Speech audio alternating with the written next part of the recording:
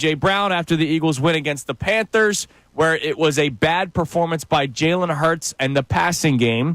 A.J. Brown was asked what needs to improve on this team, and he said passing game. And the way he spoke, it wasn't like, we got this. It was very there was a lot of frustration in the tone of A.J. Brown on Sunday. Sure. And we reacted to it Monday morning, but it wasn't like, oh, my God, are there issues here? Like, if you think back to Monday, John, the biggest tenor of conversation was, hey, they can't have a game like that come playoff time. Like, that was what the conversation was. We would. I don't care where the game's played. You play like you did Sunday, you lose. Right, exactly. In the postseason. Any playoff team. That's done. Right? You're done. And so we talked about that. We played the A.J. Brown back and forth with the media, but we didn't, that wasn't the show. We didn't really dive into it because we thought, all right, A.J.'s frustrated with the passing game. We were all frustrated with the passing game on Sunday. It was not a good game for the air attack for Jalen Hurts. And so let's see how they react to all of this. Let's see how they react to A.J. Brown's comments. Well, it was handled horribly by Brandon Graham. It was terribly handled. Later that night, he started talking about a friendship that is no more. And I remember texting you guys right away, the audio clip, Our group text went, now, this must be like all, you know what, though? We do this for a living. Yes. But I would imagine guys and ladies who are involved in an Eagles group text. Right. Probably had the same, we're probably hammering off the same stuff. What the hell is happening here? And we're not doing this again. Right. We're not doing this again. Because just 1 year ago is when everything went to crap. Correct. So when I see this, I'm like, you got to be freaking kidding me. And forgive me for going off of what the historic leader in games played in Eagles history that's still on the roster and when healthy wears a C on his jersey. Forgive me for reacting to what he had to say about franchise quarterback and what could be ending up the greatest wide receiver in franchise history. It will be. And the disconnect that they now all of a sudden have. So that happened Monday night. It then led to Brandon Graham having to reach out to Tim McManus to explain what he was talking about. He told Tim that he assumed something that wasn't. And so that led to an entire day of conversation Tuesday. And then yesterday was kind of the buildup of, all right, they're going to talk today. We didn't really talk much about the comments yesterday. We talked more about, hey, can they win this way? Yes. Where they're throwing the ball as little as they do and they run the ball as much as they do. Yeah, we stayed away from the drama yesterday and got to the nuts and bolts. But we had to wait for the press conferences, which took place during the Mike Missanelli show and the best show ever. So I caught you up to date. So Nick Sirianni, I know he spoke about everything that A.J. Brown said on Monday, but he talked more about it yesterday because he spoke before what Brandon Graham had to say. So let's start with Nick Sirianni, the head honcho, the head coach of the Philadelphia Eagles. He wants to address it. He addressed it with his team, and he's moving on. Here he was yesterday. We address anything and everything that we need to, because we address it. I can't dictate of what questions you guys are asking me, but I can do this in the team, is that you address it, you talk about it, you put it out there so that you can be here and here only for the Pittsburgh Steelers, because this is a really good football team that's coming in here, and we got to be on our A game. And so, again, all our focus now, after you talk about it and after you go through all your conversations there, is, boom, now our focus is on this. But to answer your question, yeah. Perfect answer. Amazing. And perfect answer. Yeah. Nothing to pick apart. Nope. Nothing, no double talk. Nick, you talked about it yesterday. And you said at one point to me, you go, John, I think he's learned. Yeah. That showed me that your assumption, cross a T, dot an I. That was a perfect response. It was a great response. He did a great job. And it felt like it was what he was saying from the heart. Yeah. More than what he was being told to say. Now, I will say this. One takeaway from that clip early on. There are a lot of Eagles fans yesterday. I saw John Clark post the scrum around A.J. Brown and the quote that, this was overblown, me and Jalen are good. And he was talking about the passing game, not Hurts specifically, but the entire passing game. And people were responding with, we always knew this. You guys in the media were making something up.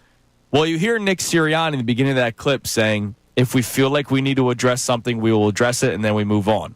And then he says at the end, to answer your question, yes, we addressed it. So Nick Sirianni felt like it was needed to be addressed to the team. Correct. So for anybody that is still holding on to this, it didn't happen. This is totally being made out of nothing. Nick this isn't Sirianni true. just told you that he needed to address everything that happened with the team so that they could then be laser focused on the Steelers. So great answer by Nick Sirianni. So we know for a fact it was fact. Yes. That's big. There'll be other things that will confirm that, too, down the line. Here's A.J. Brown. Before we get to Jalen Hurts, we're going in the order of events. Nick Sirianni spoke first, then A.J. Brown spoke with a sea of reporters. That, by the way, was an amazing picture with all the cameras, all the microphones, all the cell phones surrounding A.J. Brown. Well, you also have a 11-2 team facing a 10-3 team this week. Right. This is going to be big for the pregame shows this week. Oh, yeah. And all the across coverage. state. There's probably Right, exactly. some Pittsburgh news stations that were there. Here's A.J. Brown. And later on this hour, you will hear him talk more about what he meant originally on Monday. But here he was yesterday talking about what Brandon Graham had to say. BG was just being BG. He's emotional. In that case, he just misspoke. Me and Jalen are good. So he's BG, guys. So everybody loves BG. He's speaking from the heart. He's just giving his perception on something from the outside. From the outside. He's giving his perception on something from the outside. That was shade. Yeah. That was subtle shade for a guy you respect. Yeah. And they respect him. No matter how pissed they are of what he did, that this guy is held in high respect. But that was shade on the way out the door. Dude, when we played that Tim McManus clip yesterday, when he was on with the Mike Missanelli show Tuesday, so of course we reacted to it Wednesday morning. And Tim said that Brandon Graham admitted to him that he just saw the video of A.J. Brown's press conference and then just assumed. That struck me. Like, I was like, whoa, that's bad on BG. And I love Brandon Graham. Thank you, 97.5. Thank you, Brandon Graham. Like, BG's the man. We all do. But, man, he mishandled this situation in a way that did lead to 3 days of conversation that probably never needed to really happen. We should have just focused on the passing game, but instead we focused on a lot more.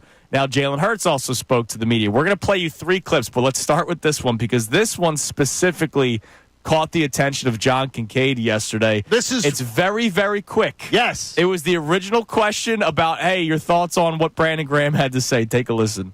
We've spoken. I think in the end, Brandon, BG, we're calling him Brandon, BG knows he spoke out of place, and he knows that.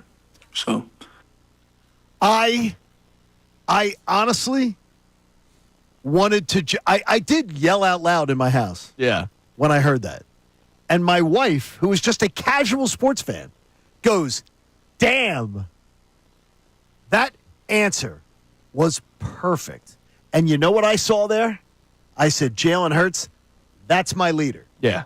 Because he doesn't feel the need to kiss the backside of Brandon Graham when Brandon Graham created this entire mess. Yeah. It's all on him. And Jalen Hurts, literally, again, there's no backdoor shade there like from AJ. It was, he spoke out of turn, and he knows it. And he kept it short and sweet. And he didn't trash him. He didn't do anything. But to me, the fact that Jalen Hurts felt the confidence to stand there, answer the question honestly, yeah, and to reference one of the greatest players, greatest characters in the history of the franchise, to me, I said, there's growth on Jalen Hurts too. Yeah, I mean, and I loved that answer. I loved it. We're going to play a couple more clips for you from Jalen, but I was so proud of him yesterday. So was I. And we talked about it during the show yesterday, that yesterday afternoon would be a big moment for Jalen Hurts this season. Because if you remember, there was plenty of beef.